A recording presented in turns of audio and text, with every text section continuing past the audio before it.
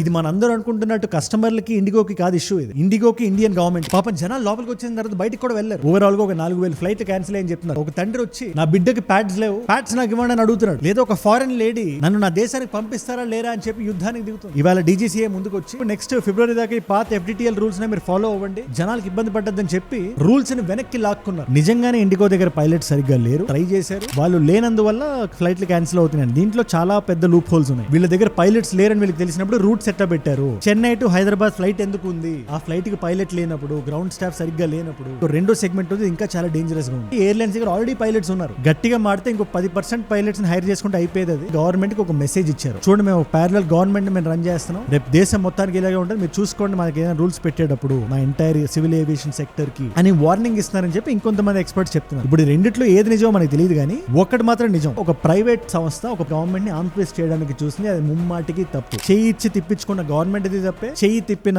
Private సంస్థది తప్పే. కింద కనబడే సబ్స్క్రైబ్ బటన్ నొక్కి పెట్టేసుకోండి. డన్.